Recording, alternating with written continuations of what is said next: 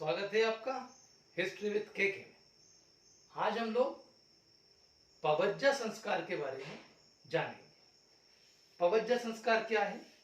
उपनयन संस्कार की तरह है और इसका संबंध बौद्ध शिक्षा से है। जब बौद्ध शिक्षा आरंभ होती थी, कोई बच्चा जब बौद्ध मठ या विहार में प्रवेश लेता था और जब शिक्षा आरंभ होती थी तो उस समय उसका पवज्जा संस्कार होता था। इस पवज्जा संस्कार को प्रवर्ज्य संस्कार के नाम से भी जाना जाता है। तो आइए इसके बारे में हम विस्तार से जानें कि क्या था। हम सभी जानते हैं कि पहले जो शिक्षा होती थी वो वैदिक शिक्षा, वो गुरुकुल या आश्रमों में होती थी और इसकी शुरुआत उपनयन संस्कार से होती थी। तो ठीक इसी तरह से बौद्ध शिक्षा का आरंभ भी, बौद्ध शिक्षा की शुरुआत भी एक संस्कार से होती थी। तो उस संस्कार को हम बोलते हैं पवज्जा, पावज्जा अथवा प्रवर्ज्या संस्कार के नाम से इसको जानते हैं। अब इसमें क्या होता था, इसकी प्रक्रिया क्या थी, इसका क्या अर्थ था, इसके बारे में आइए हम जानें। तो सबसे पहले हमें जानना होगा इसका अर्थ, कि इसका मतलब क्या होता है, क्या अर्थ होता है पवज्जा का। तो पवज्जा जो है इसका अर्थ होता है बाहर जाना, बाहर जाना, गोइंग आउट,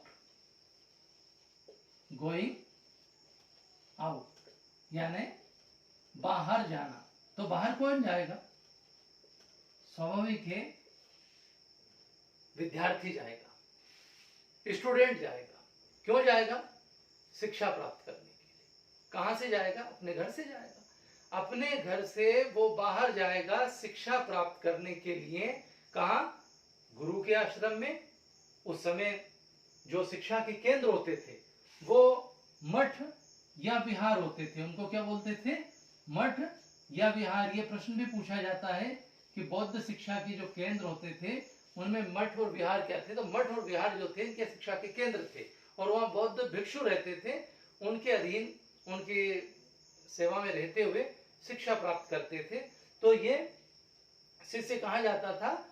गुरु के आश्रम में। यानी कि पवज्जा संस्कार के लिए एक निर्धारित आयु थी, उसी आयु में ये हो सकता था। तो देखें इसका कि इसकी उम्र क्या थी।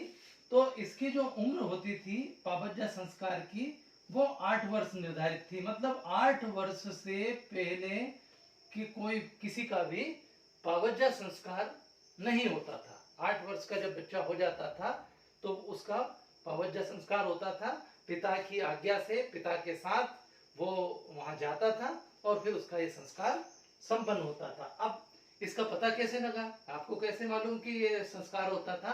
तो बौद्ध ग्रंथ जो महावंगा है, महावंगा ग्रंथ में इसके बारे में जानकारी मिलती है। इस तरह के परीक्षाओं में प्रश्न प्रायः पूछे जाते हैं कि कहाँ जानकारी मिलती है।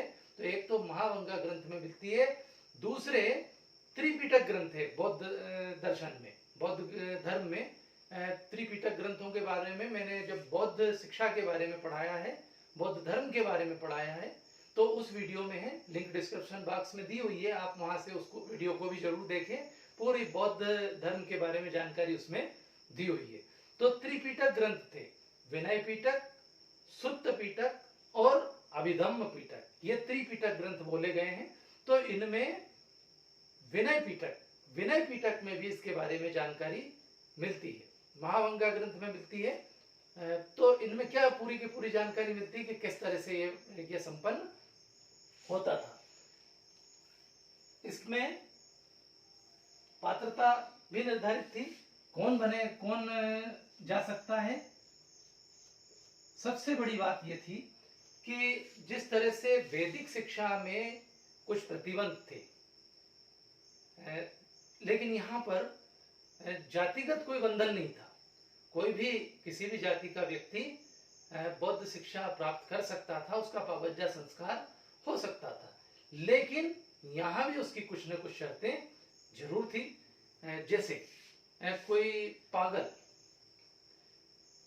या किसी संक्रामक रोग से पीड़ित, निशक्त, ऋणी, राजपुरुष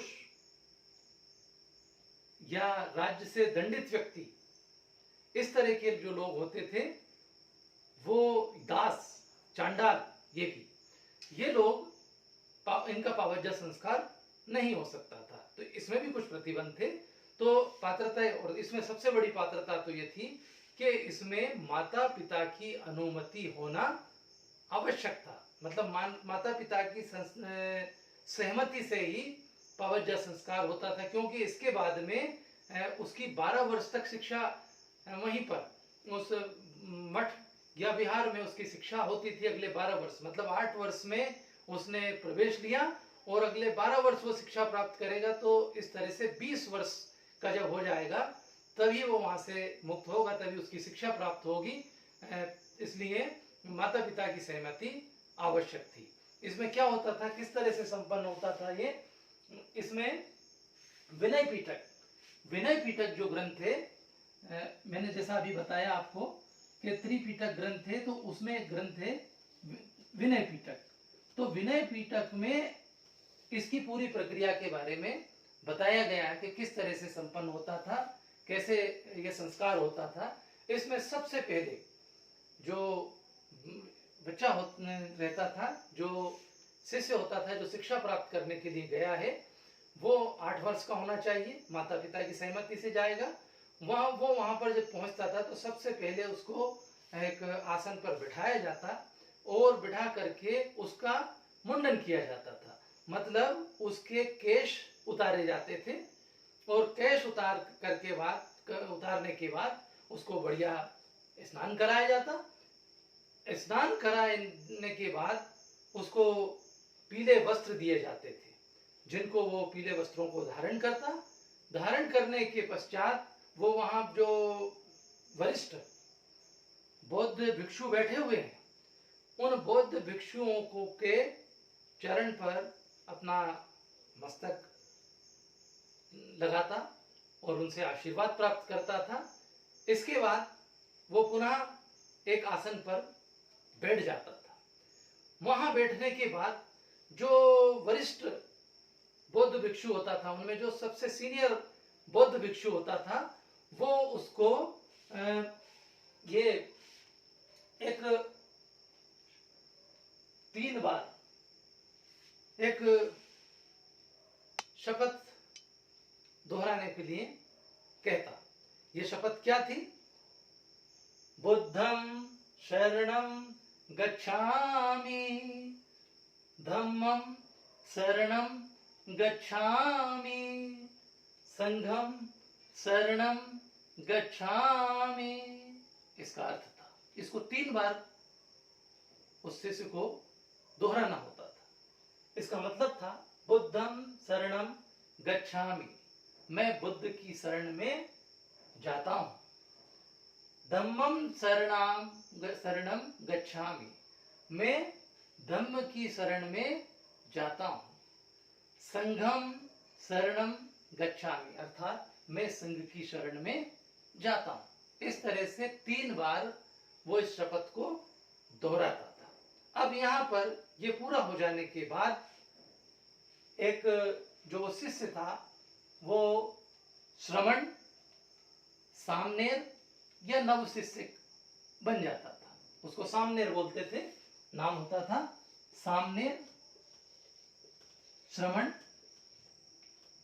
सामनेर, श्रमण या नव शिष्य वो कहलाता था। और यहां पर उन्हीं बौद्ध भिक्षुओं में से एक को वो अपना गुरु के रूप में चुनता और वो गुरु उसको कुछ आज्ञाएं देता था। ये 10 सील है बौद्ध धर्म में, तो वो आज्ञाएं होती थी। उन आज्ञाओं का उल्लेख मैंने इसमें डिस्क्रिप्शन बॉक्स में किया है, आप वहां से देखें, वरना वीडियो काफी लंबी होगी। ये कुछ सामान्य बातें थी, जैसे वो अहिंसा के व्रत का पालन करेगा, ऊंचे बिछौने पर नहीं सोएगा, सामान्य जीवन जिएगा, सुगंधित वस्तुओं का वो परित्याग करेगा, बहुत आवश्यकता है उतना ही भोजन करेगा, स्वाध्याय करेगा, इस तरह की ब्रह्मचर्य का पालन करेगा। इस तरह की बहुत सारी बातें थी जिनका कि उसको पालन करना होता था अगले 12 वर्ष तक वो इस तरह की शिक्षा प्राप्त करता था। 12 वर्ष उसको इसमें लगते थे। अब जब 12 वर्ष की शिक्षा प्राप्त हो जाती थी तो ऐसे बौद्ध भिक्षु को, ऐसे शिष्य को, सामने श्रवण जिसको हम बोल रहे हैं, उसको बौद्ध मठ छोड़ना होता था, अनिवार्य था। इसके बाद वो वहां नहीं रह सकता था। 12 वर्ष की शिक्षा पूर्ण हुई, उसको जाना। लेकिन कोई ये कहे कि नहीं मुझे तो रहना है यहाँ, आगे की शिक्षा प्राप्त करनी है, तो फिर उसके लिए एक अलग संस्कार होता था, उसको उपसंपदा संस्कार के नाम से जाना जाता था। अब अगले पार्ट में, अगली वीडियो में हम उस उपसंपदा संस्कार के बारे में जानेंगे। आशा है मेरे इस वीडियो से आज आपको पवज्जा संस्कार की जानकारी मिल गई होगी। पवज्जा संस्कार क्या है? बौद्ध धर्म की शिक्षा का आरंभ का एक संस्कार है। Thank you very much. इस चैनल की और अच्छी वीडियोस देखने के लिए चैनल को विजिट कीजिए। Keep watching history with KK. Like, share and subscribe.